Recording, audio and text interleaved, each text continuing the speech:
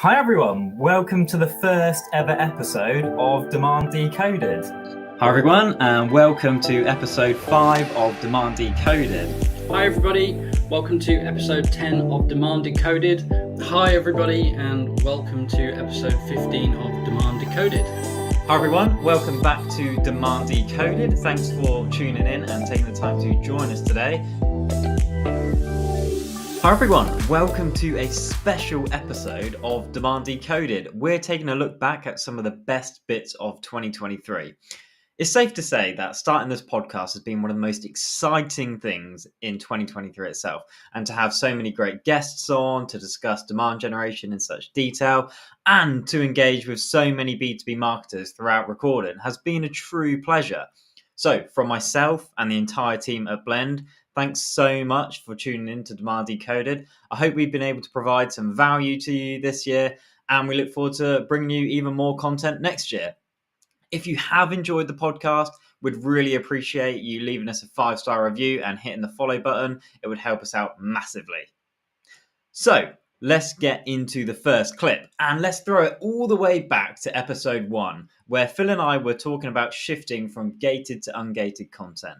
Phil shared some great insight on the fundamental issues with gated content, the benefits of ungating it, and offered an alternative optional download strategy for those of you looking to make the transition. In essence, the fundamental, the most critical issue is that buyers increasingly are avoiding downloading content like that because of what it leads to, because of the giving away of their privacy, because of the enrolling in workflows and sequences and emails and all the lead nurturing events that come afterwards. So even more than in 2017, actual serious buyers are circumventing that whole part of your sort of marketing journey. And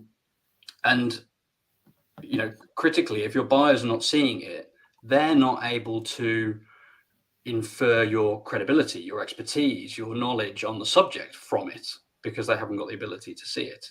And so the people who are seeing it are not likely to enter your pipeline, and the people who are likely to enter your pipeline are not going to be building trust and affinity with your brand as a result of it.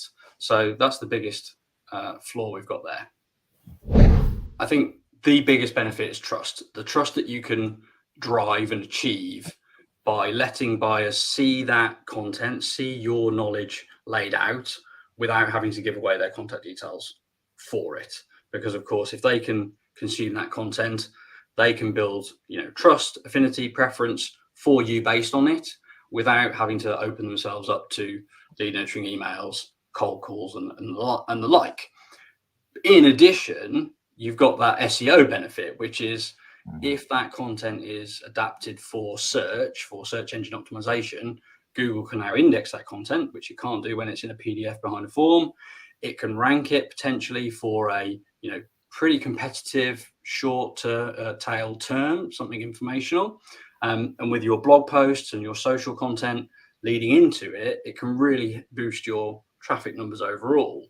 And the two sort of feed into one another, a virtuous cycle, if you like, because you'll be discovered by more people view and consume the content freely and make a decision to inquire. So that can those two things drive one another to even greater levels.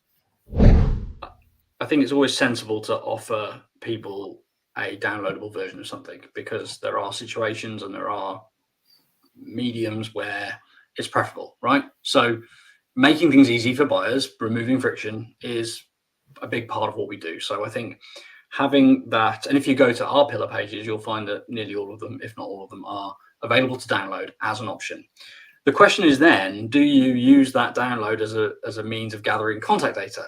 And this is where we had a bit of a debate. And I think you can argue it either way. Where I ended up settling was that there is no harm in generating an audience of people who want to be in your audience and who want to receive information like the information they're consuming presently. Now, as long as you don't get sort of confused about who they are, as in they are not people who are probably going to buy from you in the next 1 or 2 years in most cases, and therefore how you treat them as a as a contact, as a piece of data in terms of what you send them and when and why. I think as long as you act cautiously and with respect there, you can use optional download as a way to generate an audience who can be, part of your sort of amplification tools, if you like. They can share your content, they can spread the word, and they can be engaged with your business over a long period of time. But just don't expect to be able to nurture them through the purchase process over 3 or 5 emails and turn them into a buyer, because that we've just not seen work out. Now, let's dive into a moment from episode 14, the state of B2B marketing, where we were incredibly excited to have Kip Bodnar, Chief Marketing Officer at HubSpot, join us to talk about the B2B marketing landscape and where he sees things heading. Yeah, so when you think about B2B marketing, I think a lot of times people go directly into like the strategies of B2B marketing and how they've changed. The important thing to start with is that marketing, I'm going to say marketing in general, whether it be B2B or B2C marketing, is just an output of culture and cultural evolution, right? And so how does, when we started HubSpot, Brian and Ramesh started HubSpot, they were like, oh, the internet changed the way people shop and buy things. And so businesses need new tools to help them adapt to those changing ways. Turns out that statement is basically constantly true, right? That human culture and things are constantly evolving. You have to change with them. And so when you think about B2B marketing specifically, right? The late 2000s, basically through, the pandemic, we're all about, very heavy inbound marketing. They were largely content creation, search engine optimization, all of those strategies, very effective, still very effective, but somewhat less effective because we're on the precipice of the next generation of societal change, right? And that societal change is large language models through artificial intelligence that are going to disrupt the way people interact with technology, the way they have just democratized understanding and intelligence of information. The internet, like inbound marketing, was all about giving people access to information. Now that's no longer enough. With artificial intelligence, we have access to intelligence, which is a very different place to be in. But even if you're like not aboard the AI hype train, you can sit back and objectively look and say that, oh, the internet has fundamentally changed a lot over the last couple of years. And the reason for that is, first of all, advertising has gotten disaggregated, which means used to be, oh, Meta and Google were the only advertising games in town. Wow, the Reddit advertising business has gotten big. The TikTok advertising business is going big. Uber's making $5 billion a year from advertising now. If you start looking at it, wow, the decentralization of advertising, all of these creators who are doing kind of one-to-one partnerships with brands, like that is a massive change. And B2B marketers can take advantage of that change and find new opportunities in their advertising. The second part of that, that's I think fairly obvious, is search is also unbundling with the advertising. Like we're not just searching in Google, we're searching Google, TikTok, YouTube, Reddit, like ChatGPT, Anthropic, like whatever it may be, whether it be between large language models, marketplaces, and social networks. Search is heavily decentralized now. Now, let's throw it back to episode 2, where Amanda McGrath, commercial director here at Blend, provides a great piece of advice to marketers. She discusses why marketers often struggle to demonstrate their value and how you can overcome this struggle. For many marketers, they are having to bridge a gap in understanding between themselves and the C-suite. Marketing as a discipline, it has a lot of its own language, jargon, certainly, which I think we can all be guilty of. And its metrics can seem when they're not necessarily the right metrics, seem very abstract to the C-suite from their goal, which is the growth of the business. And why is that? I suppose it's largely because those organizations, that C-suite is often made up of people who founded the business, and they may well have done so not really needing marketing, either by building their idea, their concept, using the power of their existing networks, people they'd worked with at previous companies, or it can be because they've come from very different backgrounds into an existing company, but ultimately the truth is that most C-suites are not made up of people who have done marketing at the coalface. They'll come from sales perspective, or they will have come from a technical background, let's say, be the people who made the product or put the service that the company offers to the world together in the first place. Marketing probably doesn't come naturally to them.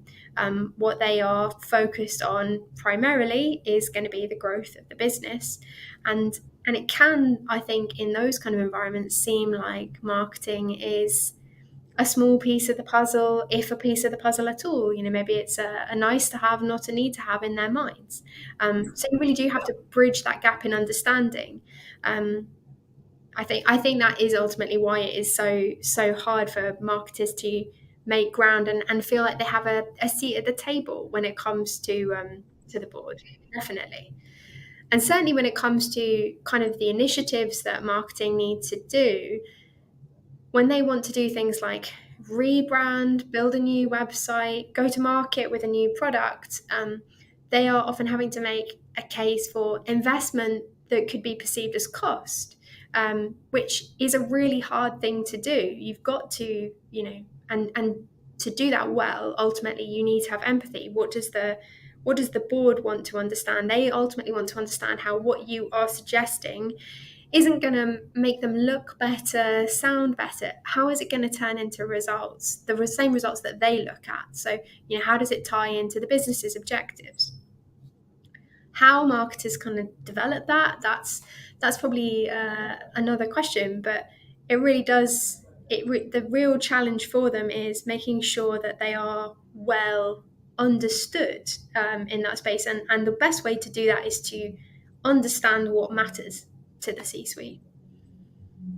So the next clip is a shameless plug for myself. This is from a special episode of Demand Decoded, where we showcased our inbound demand generation methodology, which is essentially a marketing approach that B2Bs can adopt to align with today's buyer preferences. During this episode, I talked through exactly how inbound demand generation aligns to the complex buyer journey that we have today. So yeah, basically I want to cover why inbound demand generation is so effective for converting today's buyers. And I really wanted to go back to this graphic of today's buyer journey from Gartner. And, this just shows how complex buyer journeys can be.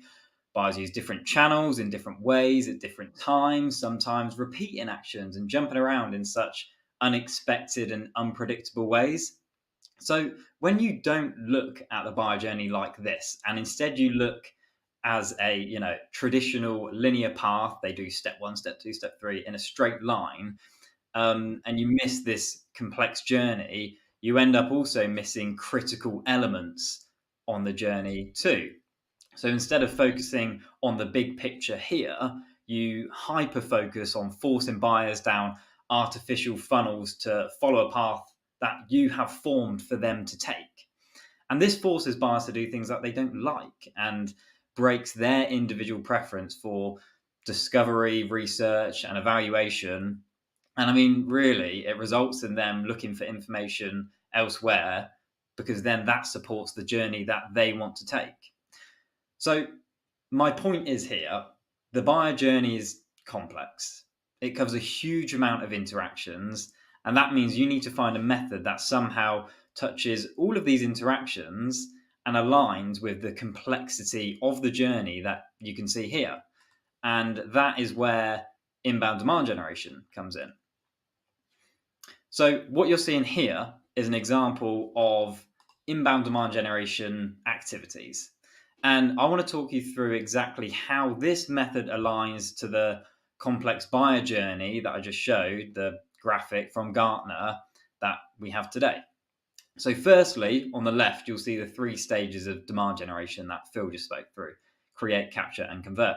And firstly, you've already done a great thing by mapping out your tactics and activities against these stages. You're putting yourself in a really good position to influence as much of the buyer journey as possible, not just focusing on capturing demand through search or converting it. You're influencing as much as you can, right? Now, on the far right-hand side, you'll see the block of branding, technology, and optimization. And obviously, these things run throughout everything you do. They don't just operate in one stage. Branding even goes beyond marketing. It's the heart of your entire business and defines how customers perceive you. Technology, enables you to scale, report, collaborate across your business. And then with everything that you do, you can't just set and forget it. Continuously optimize everything and test, report, and then repeat that. So when it comes to the actual juicy stuff in the middle, the activity, you'll see that the arrows are trying to illustrate everything works together. There are no siloed efforts here. You don't have blogs targeting a certain ICP, emails nurturing a different group of contacts, social channels up in, space targeting and talking to a different audience. Everything is integrated and works together for one single output, which is high intent website conversions. That's buyers knocking on your door and asking to talk to you, whether that's a talk to sales form or a demo request, a trial. No matter what, it's buyers interested and explicitly saying they're interested in your offering. And this approach brings you as close as possible to the complex buyer journey we just saw again, because it aligns to the same goal. All buyers want to do is learn, research, and evaluate in their own preferred ways, and then contact you when they're ready.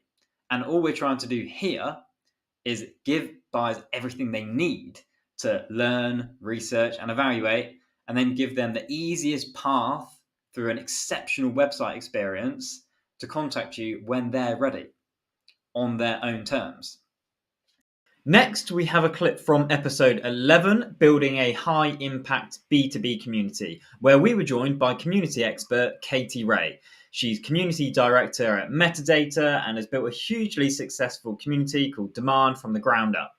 As well as sharing some fascinating insight on how to go about building a community, she actually spoke about some of the hard truths when it comes to running a community. And here's a moment that really resonated with me. Yeah, absolutely.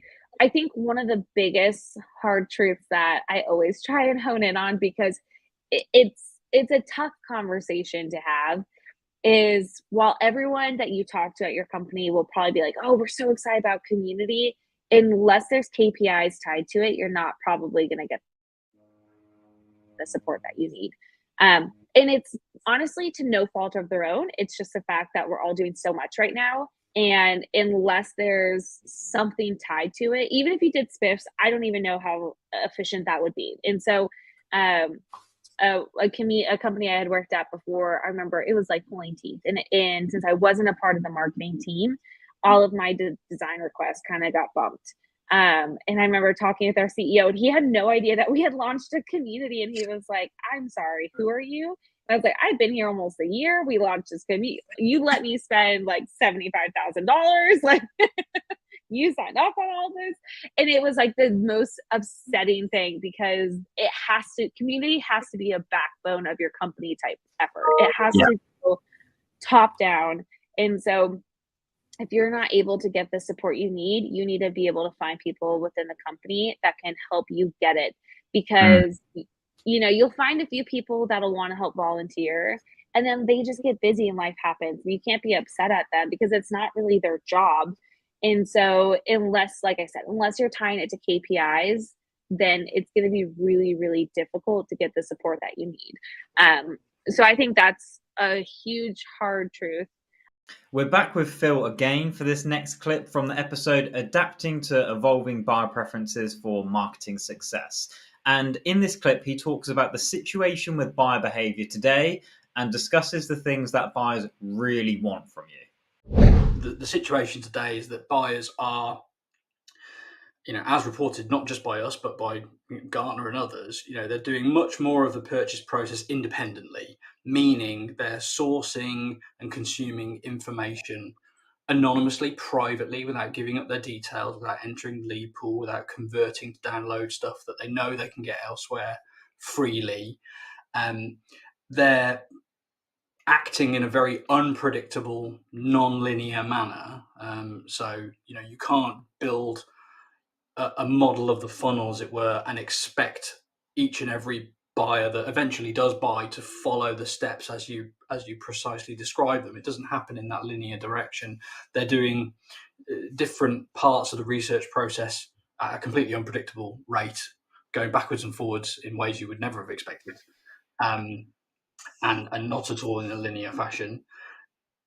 They've got more ways and places to find and discover and consume information than ever before, and they use them. And that's part of what I think is a symbiotic relationship between the landscape that buyers are in and the buyer behaviors, which tend to push one another along to a degree. We might talk about that in a bit more detail in a moment, but they are not just talking to salespeople or downloading ebooks and white papers or receiving newsletters. There are far more ways and places to find them and reach them. As I said, privacy is a concern for everybody, and at the same time, they know what the impact of giving that up is, and we'll talk about that in a moment.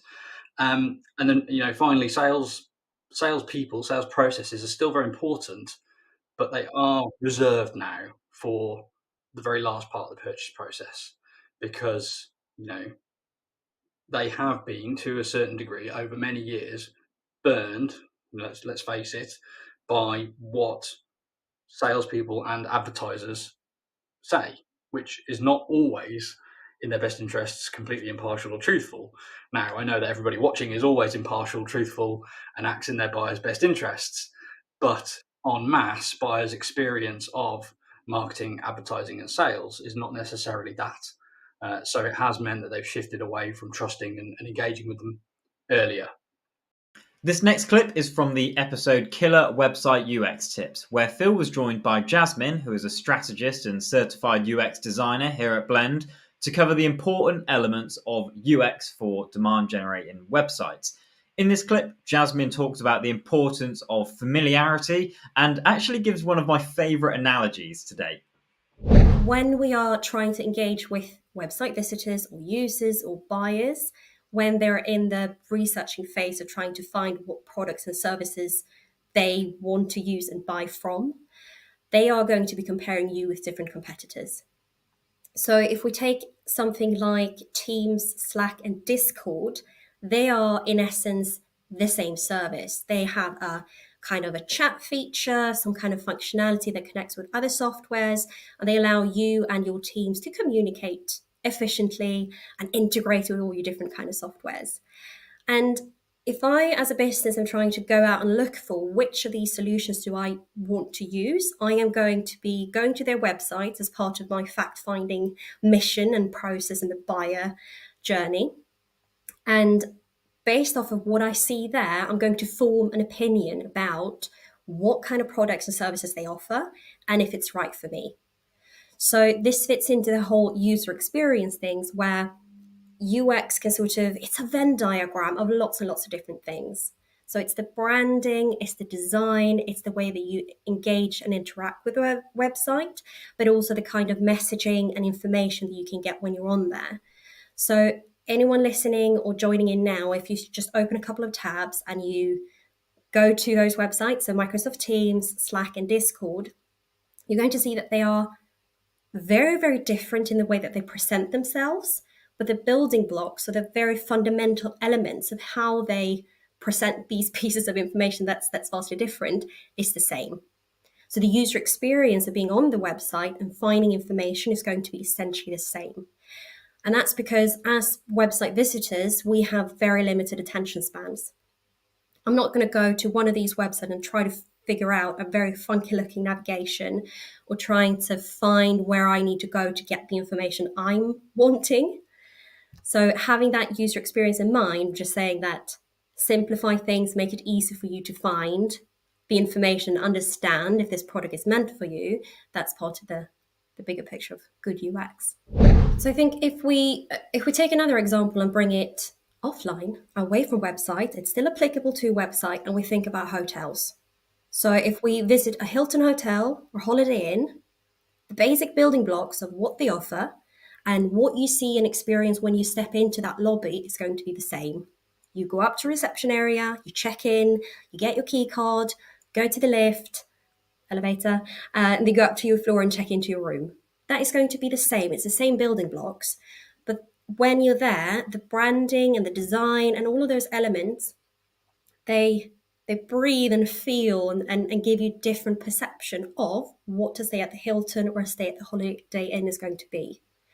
So when we talk about UX websites, it's, again, I'm going to be reiterating this over and over again, basically, but it's the same idea where these basic building blocks should be intuitive. People need to know, they are going to know from previous experience where they should go look for the reception area or the navigation of the website, if you will. We don't want to offer them shocking surprises. We can have some slight deviation on the theme, but we wouldn't want to put a jack in the box in the middle of the lobby, for example, and say, go speak to their AI robot instead of a human, because people are not going to know what to do. Same thing with websites. Now let's dive into one of our more tactical episodes, amplifying B2B marketing with LinkedIn and Google Ads. These channels are probably the most used in B2B, but also the most misunderstood. In this clip, Chrissy, head of strategy at Blend, breaks down exactly where each channel fits in the buyer journey and when to leverage them. So what you're currently seeing on your screen is LinkedIn on the left-hand side and Google on the right-hand side. The placement is intentional because what it represents that both platforms are utilized as part of the PPC process, part of reaching your audience, but they're completely different channels with different user behavior exhibited on both of them. So if I talk you through why they are where they are. So you can see an arrow at the top of the two channels, and what essentially it means that from the left-hand side towards right, user is moving from being not in the market, they're just going about their day, they are not actively looking for a solution to their problem, all the way to the right-hand side when they are in market, when they are actively looking for what is their problem at that point in time, either as part of a research process or genuinely there and then, I have a problem, I need a solution. So that is the placement of the platforms. And each of those platforms is optimal to communicate at those two stages with the user.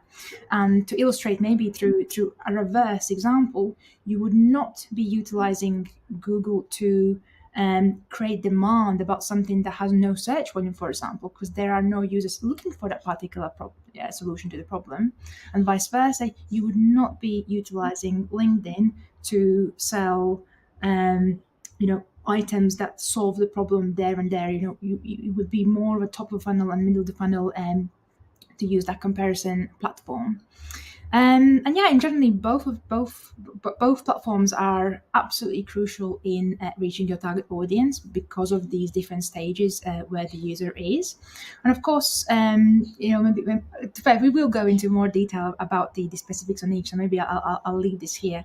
But this essentially summarizes how do each of the platforms fit within the wider buyer journey, and the fact that they are not the same. You can't utilize exactly the same thinking for both platforms, so you have to tailor your strategy to each of them.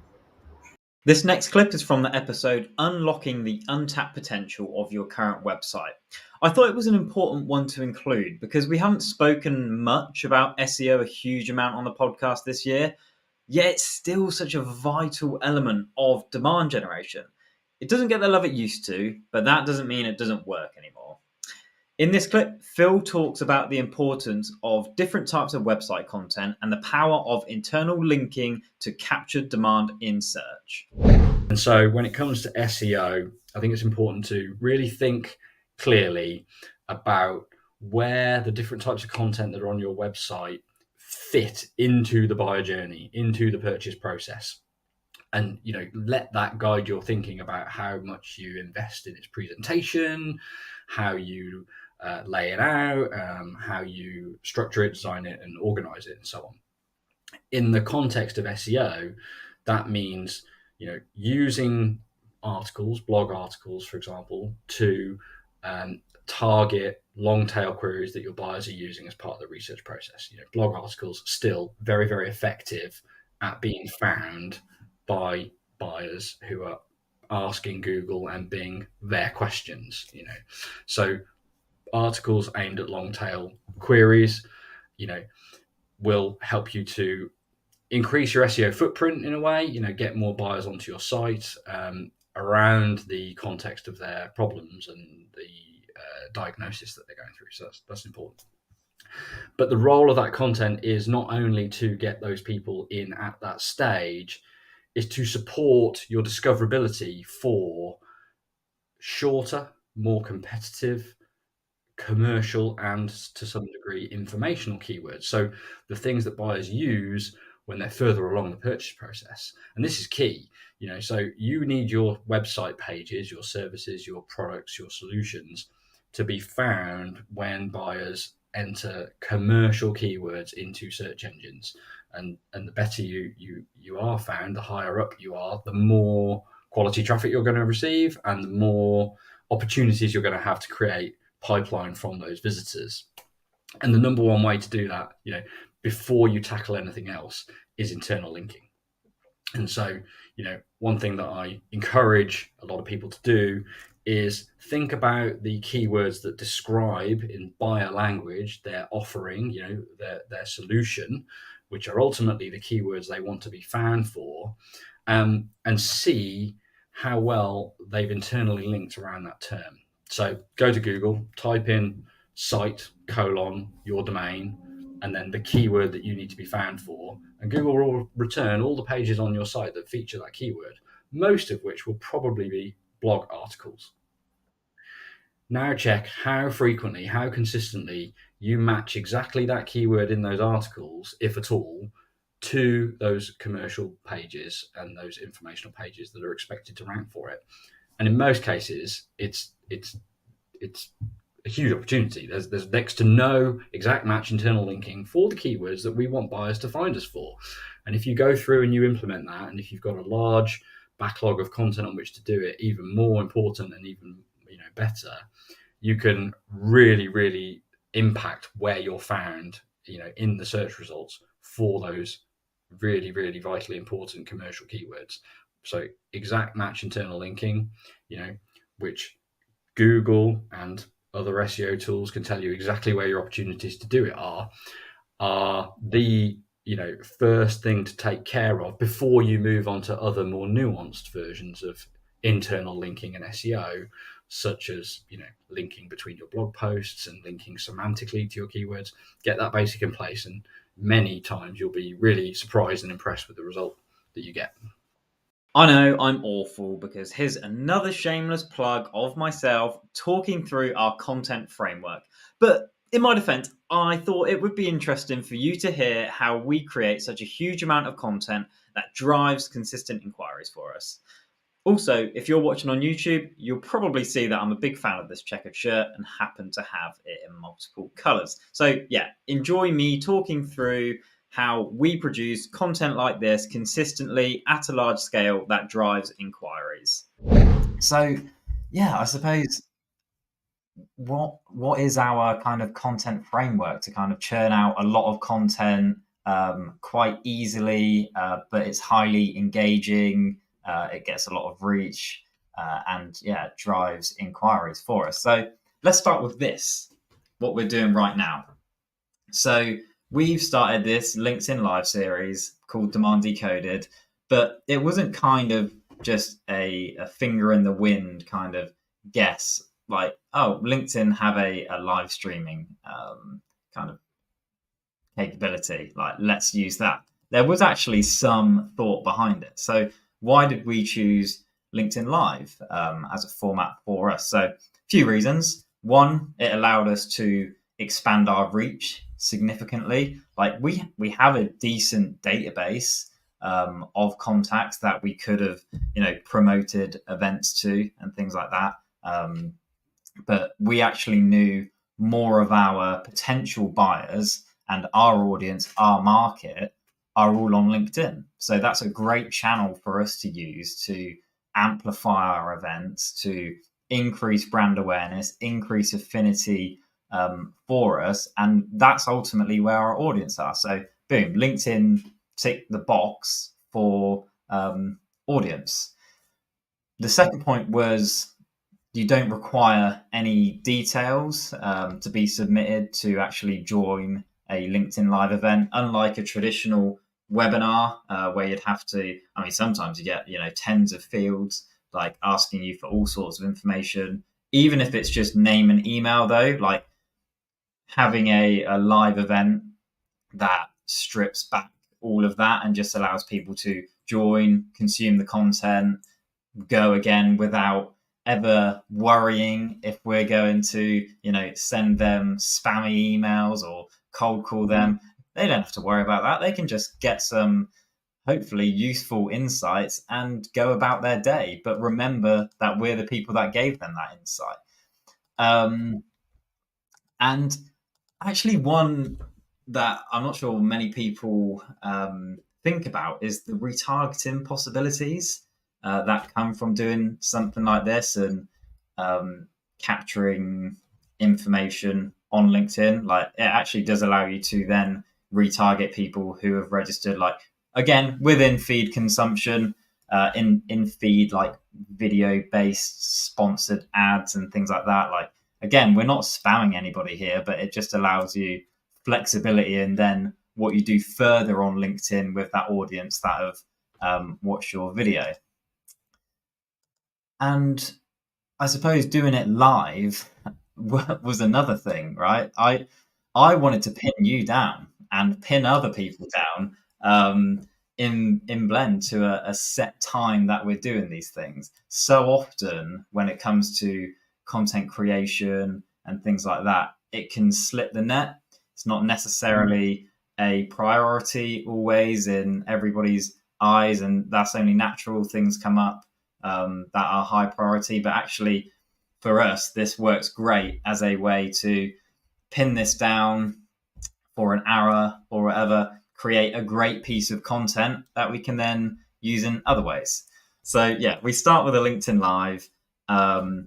That gives us this great piece of long form content that we can then do lots of other great things with, like just repurposing the long form piece of content itself. So we finish this, it's edited a bit, full length video goes out onto YouTube, and then the full length audio gets distributed to a podcast network that then puts it on, Spotify and Apple Podcasts, all of those great places.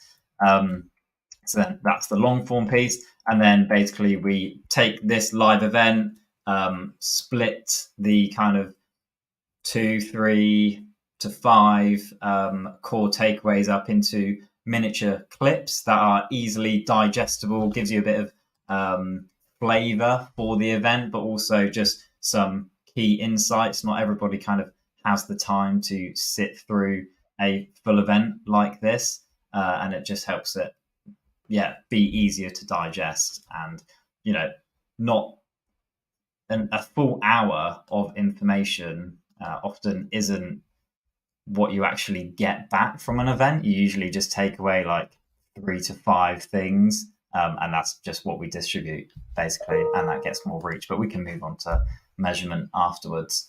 So yeah, we've got the long form repurposing of this, then short form repurposing. We distribute that on LinkedIn, mainly organic. And like, I know I said about organic before, kind of not necessarily working that great because of your audience, but it is still an important thing for us and other companies to do, because even when then like companies are interested in working with you, people are interested in working with you, then when they go onto LinkedIn and kind of see that you're creating all of this great content that they resonate with, they really kind of get your message, it's still beneficial to do it. But where we see way more engagement and way more benefit from our short form clips is paying to distribute them to our ICP, our target customer.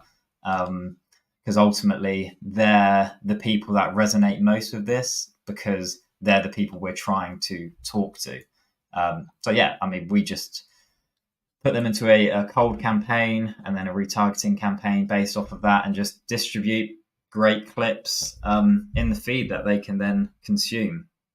And then go into a couple of different retargeting layers, and then ultimately at the end we see that they heard about us through LinkedIn, which is great.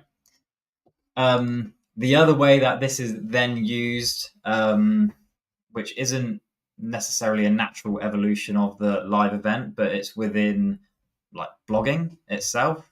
So, for example, like the homepage solo event that you did on LinkedIn Live a couple of weeks ago. That was already a blog, but it could have been distributed. It could have been repurposed into a written blog article. But then also the full video or broken down parts of that video can then be uploaded to YouTube, embedded within the blog to get all of that great SEO benefit that we all know that you get from YouTube, and then all of a sudden you've got the blog ranking in the top 3 on Google, but then you've also got a video in there as well. You might also have 2 videos in there as well. So there's a lot of benefit that you can get from creating that one big long form piece of content and then just using it in as many ways as possible.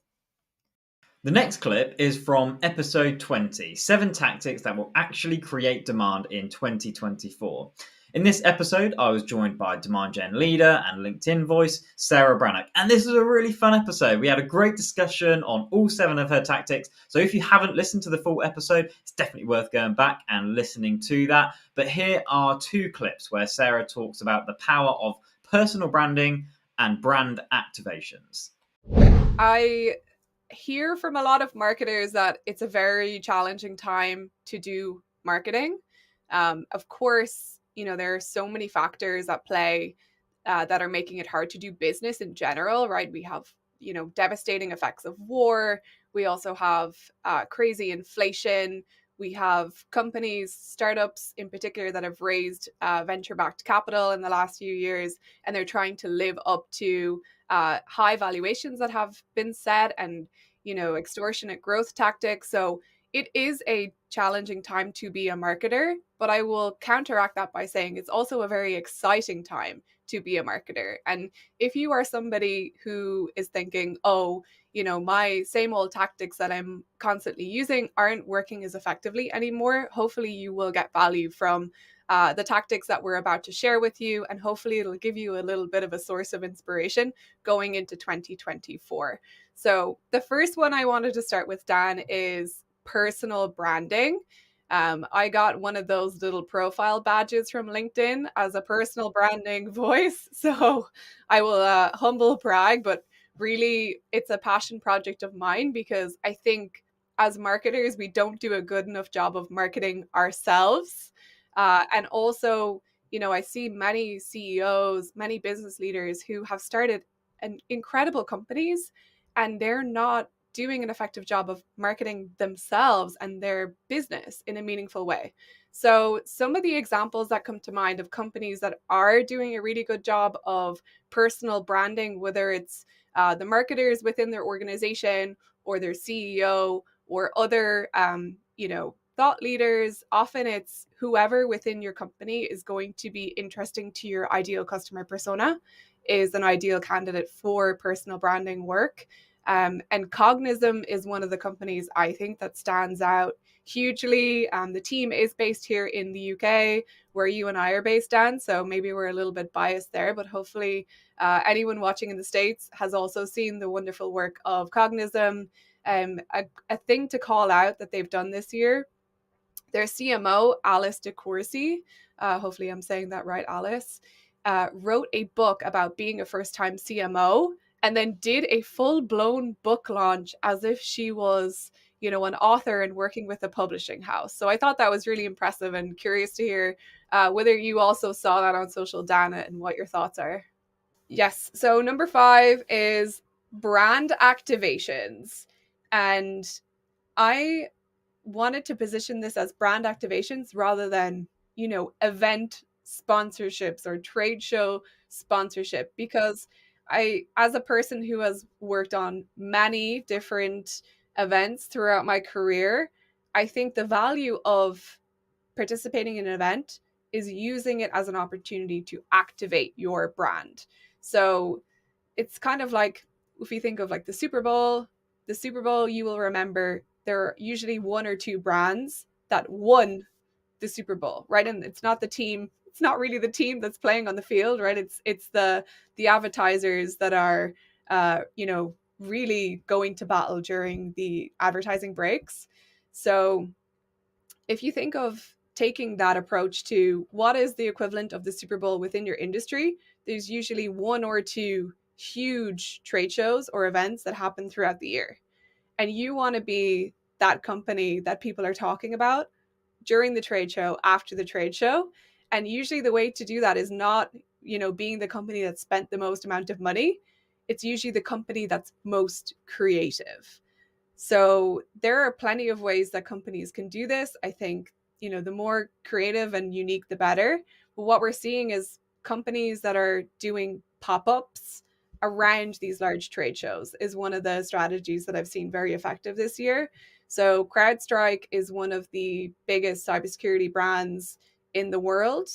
And they had a pop-up store outside of the Moscone Center in San Francisco during RSA conference, which is one of the biggest conferences in cybersecurity.